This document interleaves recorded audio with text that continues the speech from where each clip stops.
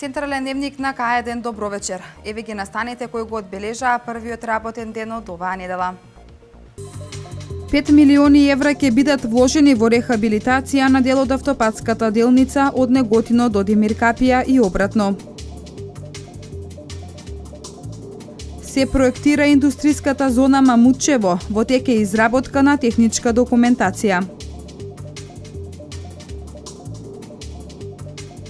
Финансиска поддршка на средношколци од социјален ризик.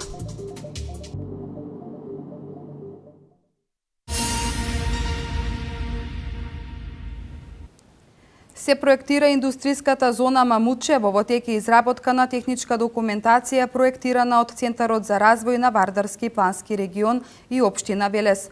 Ова не е прва индустријска зона проектирана од Центарот за развој на Вардарски плански регион. Тие во 2015 година проектираа неколку индустријски зони. Се проектира индустријската зона Мамутчево, заврши урбанизацијата, а во моментов се работи на изработка на техничка документација, која е проектирана од Центарот за развој на Вардарски плански регион и општина Велес. Поставени се машини за изведба на геомеханички истражни работи, преку кои се испитува издржливоста на подлогата, вели раководителот на Центарот за развој на Вардарски плански регион Марко Колев. Во моментот имаме неколку машини поставени во индустријската зона, каде што ја испитуваат цврстината на подлогата, за да може после да се проектира. Во моментот фирмата Гейнг од Скопје, проектантската куќа, работи на испитување, а подоцна и на проектирање на самата индустријска зона. Ова не е прва индустријска зона која проектира Центарот за развој на Вардарски плански регион. Тие во изминатата 2015 година проектираа неколку индустријски зони. Неготино конкретно, како што кажав и претходно, две индустријски зони претходно урбанизирани од општината, ние ги спроектиравме со сите детали, со особени проекти, ревизијанствени проекти, сите бушотини ги направивме. И во Неготино, во едната индустријска зона, тоа е урбана заедница 8, пробиваме, тампонираме и ќе асфалтираме дел од индустријската зона, додека во индустријската зона Кавасари во моментов се поставуваат вичинаци, се тампонира и ќе се асфалтира дел од индустријската зона. Се очекува активностите да финишираат до крајот на оваа година, вели Колев. Инаку проектот за изработка на техничка документација за индустријската зона Мамутчево е финансиран од Министерството за локална самоуправа и Бирото за регионален развој. Истиот чини 1.865.802 денари.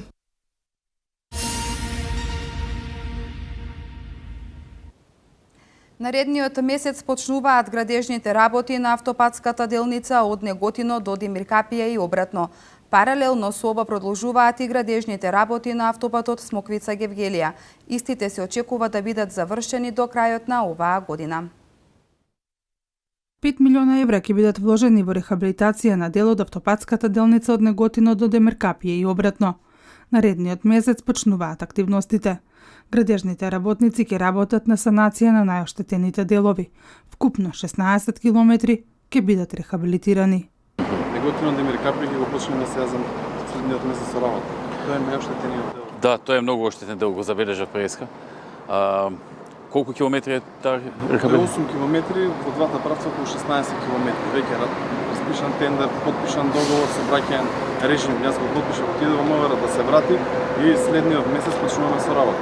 Колку ќе кошта тоа? Во 5 милиони евра. 5 милиона од Неготино до Демиркапија. Паралелно со ова, продолжува и рехабилитацијата на автопатот Смоквица-Гевгелија. Околу 4 милиони евра ќе бидат вложени во модернизација на делницата која е долга 10 километри. Сите овие градежни работи треба да се заокружат до крајот на оваа година, а според планираната динамика од март месец наредната година, во функција треба да биде пуштена автопатската делница Демиркапија-Смоквица. Со тоа комплетно ќе биде автопатски заокружен коридорот 10.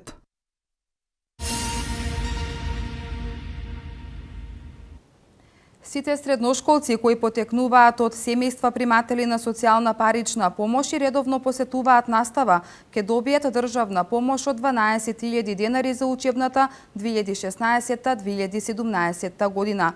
Јавниот повик е објавен денеска и ќе трае до 30 септември. Заинтересираните средношколци може да аплицираат во центрите за социјални работи. Државна помош од по 12.000 денари може да добие секој средношколец кој потекнува од семејство кој е примател на социјална парична помош.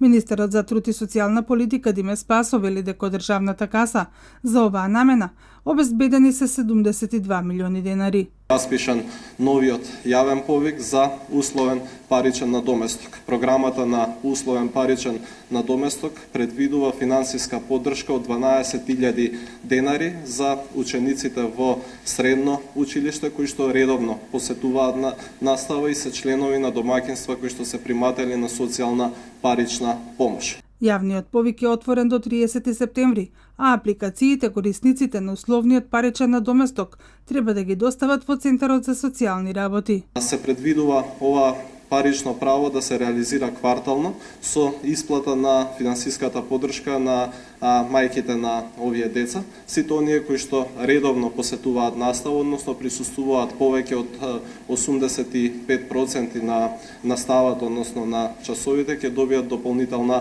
финансиска поддршка. Програмата за условен паричен надоместок владата ја реализира од учебната 2010-2011 година. До сега, по овој основ, исплатени се 409 милиони денари.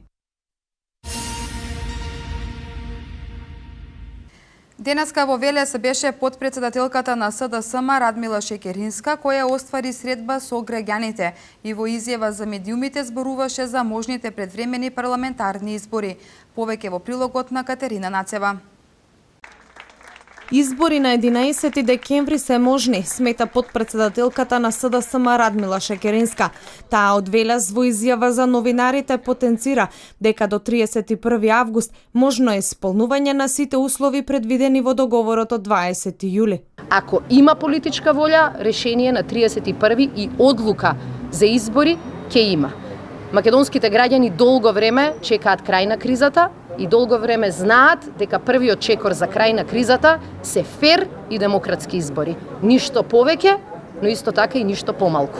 Кога станува збор за така наречените фантомски гласачи и покрај тоа што бројката е енормно помала од онаа што СДСМ во изминатиот период ја користеше во своите политички изјави, Шекеринска вели: Оние граѓани кои не беа фантоми се пријавија, се регистрираа и се на списокот.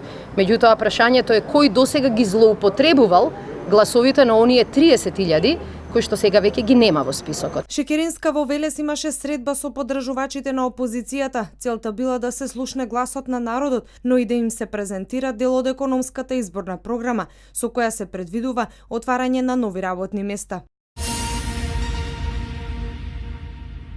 Шекеринска е жив доказ за безидејноста на СДСМ. Се надева дека граѓаните заборавиле на сите лаги на СДСМ и мисли дека со рециклирање на губитничките програми на Бранко Црвенковски во ново пакување ќе успее да ја добие довербата од народот. Стои во писмената реакција која Центарот за комуникации на ВМРО ДПМНЕ ја испрати до медиумите, како реакција на изјавата дадена од потпредседателката на СДСМ при посетата на Велес. На изјавата на потпредседателот на СДСМ Радмила Шекеринска, дадена при посетата на Велес, реагираат од ВМРО ДПМНЕ. Во писменото соопштение доставено до медиумите стои дека Радмила Шекеринска има чиста нула кога е во прашање кредибилитетот да зборува за отварање нови работни места. Шекеринска ги гледаше во очи и ги излажа граѓаните на Република Македонија во 2002 година дека ќе вработи по еден човек од секое семејство. Граѓаните не забораваат и токму поради таквите лаги го држат СДСМ што подалеку од власта веќе 9 изборни циклуси поред. Довербата не се добива со бркање луѓе на улица, уништување фамилии, затварање фабрики, криминална приватизација и тепање на вработените во порцеланка кога штрекуваат и си ги барат своите права, како што правеше СДСМ. Довербата не се добива ниту со поставување роднини на партиски функционери за судии и стечени управници, за потоа фабриките во Велес преку стечајните постапки да ги добијат луѓето блиски на СДСМ. Довербата не се добива ниту со одбрана на продажбата на Евана и бомбона бизниси. Довербата не се добива со повторување на истите лаги и неисполнети ветувања, ниту пак со 38% невработеност колку што беше во времето на СДСМ.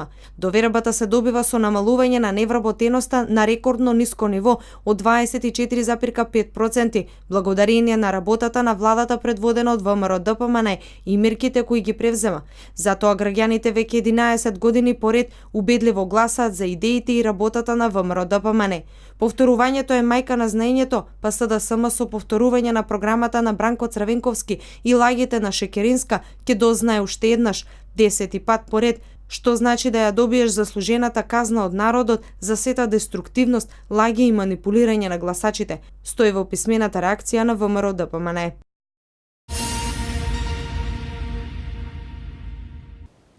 Вчера околу 12 часот и 40 минути на магистралниот пат Велес-Штипка и село Сарамзалино случајна е сообраќајна незгода помеѓу возило Land Rover со скопски регистарски ознаки, управувано од БМ 20 години од Скопје, и Peugeot со скопски регистарски ознаки, управувано од БВ 25 години исто така од Скопје. Во незгодата со тешка телесна повреда се здобила со патничката во Land Rover 44 годишната БМ, која по укажаната лекарска помош била пуштена на домашно лекување. Увид на местото на настанот извршила увидна екипа од полициската станица Свети Николе и се работи на целосно расчистување на случајот.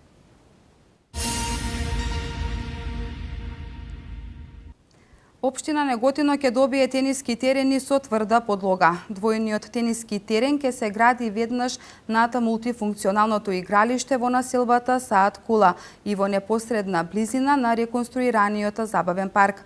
Граѓаните на Неготино од повеќе генерации ќе добијат уште еден спортско-забавен комплекс.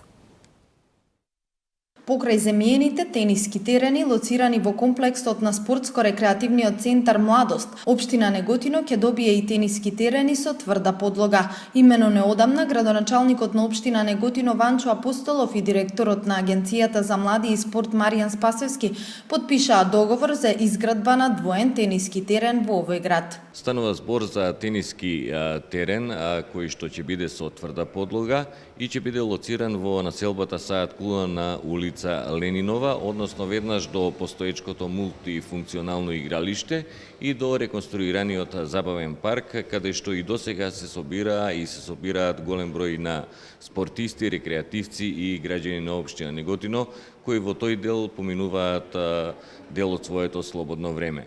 Со овој договор Агенцијата за млади и спорт врз основа на склучениот договор со изведувачот на градежните работи се задолжува да инвестира во изградба на еден двоен тениски терен во општина Неготино на улицата Ленинова, а со истиот договор е утврден и начинот и условите за изградба на двојниот тениски терен и неговото стопанисување, користење и тековно инвестициско одржување. Ова ќе биде втор ваков комплекс во Неготино, бидејќи во спортската сала Младост има исто така терени, тениски, но тие се со земјена подлога и исто така и тие се доста посетени од страна на заинтересирани граѓани од нашата општина кои таму одат, играат тенис, се релаксираат. Според информациите со кои располага градоначалникот на општина Неготино господинот Ванчо Апостолов, се очекува најдосна за 10 до 15 денови да биде поставен и камен темелникот и да биде означен стартот на работите за изградба на двојниот тениски терен. Двојниот тениски терен ќе се гради веднаш над мултифункционалното игралиште во населбата Саат Кула и во непосредна близина на реконструираниот забавен парк, со што граѓаните на Неготино од повеќе генерации ќе добијат уште еден спортско-забавен комплекс, каде што ќе можат во релаксирана атмосфера да минуваат дел од слободното време.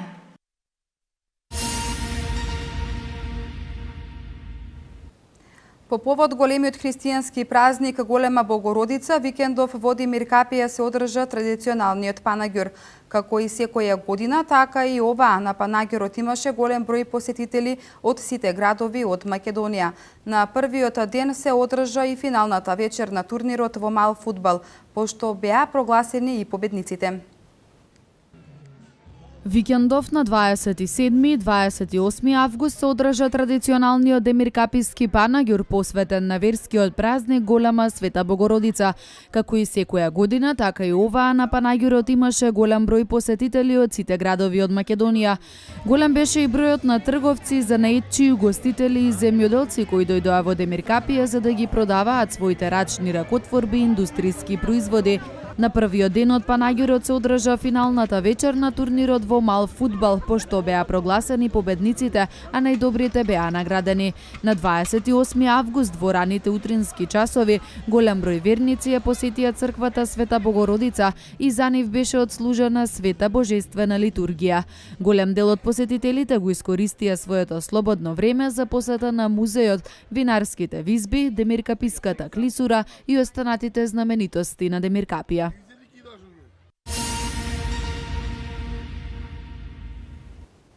Денеска истекува рокот во кој Државната изборна комисија треба да направи дополнителни контроли или лично да контактира со спорните гласачи. Жителите од поплавените подрачја од денеска може да добијат бесплатна правна помош, вести од земјава. Жителите од поплавените подрачја од денеска може да добиваат бесплатна правна помош. Правниците кои се дел од Македонското здружение на млади правници прво ќе ги советуваат жителите од Стајковци и Ченто за постапките за надомесна штета согласно Законот за заштита и спасување на лица од засегнатите подрачја. Сите заинтересирани лица од настраданите подрачја во општина Газибаба може да се обратат до местните заедници за да дефинираат термини за средби со представниците на Македонското здружение за млади правници.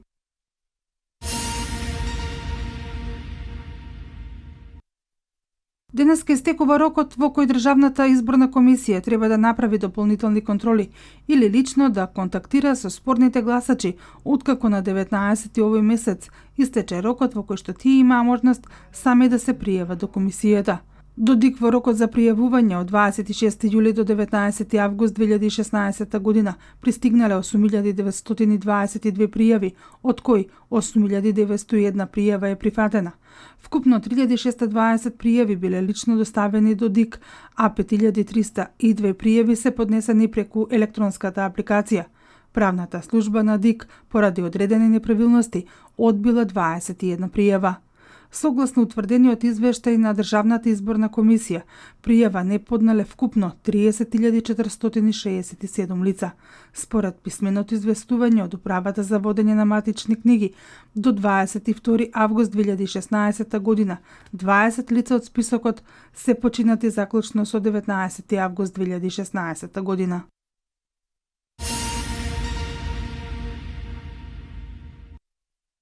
Изминатите 7 дена на телефонската линија 0215 123 позната како Ало докторе, медицински совет побарале 1376 граѓани.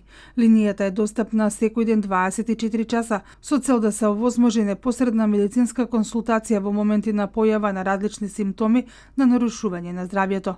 Оваа недела најмногу повици биле за покачен крвен притисок, главоболки и алергии. 25 доктори преку телефон давале здравствена помош со совети и соодветна симптоматска терапија. Телефонската линија Ало докторе функционира од 15 септември 2014 година и досега регистрирани се 110.578 повици.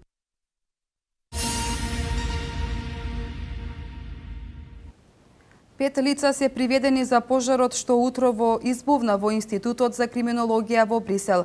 Најмалку 60 лица загинаа, десетици се повредени во самоубиствен напад врз воен камп за обука во Аден. Исламската држава ја превзеде одговорноста за нападот. Ова се информациите за Свето денеска. Нема настрадани лица во пожарот кој утрово избувна во Институтот за криминологија во Брисел и предизвика експлозија. Познато е дека пожарот е подметнат, а портпаролката на бриселското обвинителство изјави дека 5 лица биле задржани на распит. Првичната информација беше дека во Институтот била поставена бомба, но истата подоцна беше демантирана од страна на бриселското обвинителство, пренесува БТА. Најверојатно пожарот избувнал во една од лабораториите. Представничка на обвинителството изјави дека не може да го потврди постоењето за бомбата, а според нејзе не станува збор за тероризам, туку за криминална појава.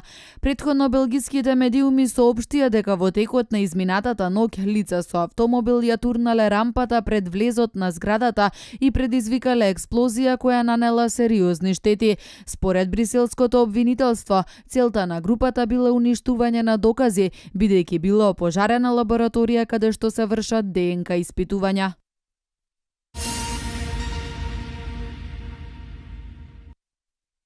Најмалку 60 лица загинаа, десетици се повредени во самоубиствен напад врз воен камп за обука во Аден, соопшти организацијата Лекари без граници.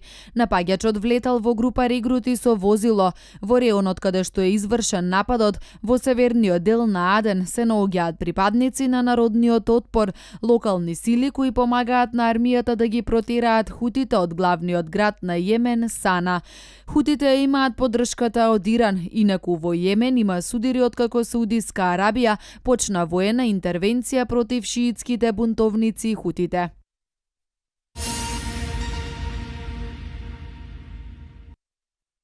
Осумнаесет борци на владата на националното единство загинаа во Либија, а 120 се ранети во судирите со припадниците на исламската држава во градот Сирт, соопштија медицински извори, а пренесува Танјук. Полската болница која припаѓа на силите кои ја поддржуваат владата на националното единство ги наведи имињата на 18 војници кои загинаа во приморскиот град Сирт. Владините сили спроведуваат повеќе месечна кампања со цел да го ослободат градот од џихадистите кои го држат градот под окупација од јуни 2015 година.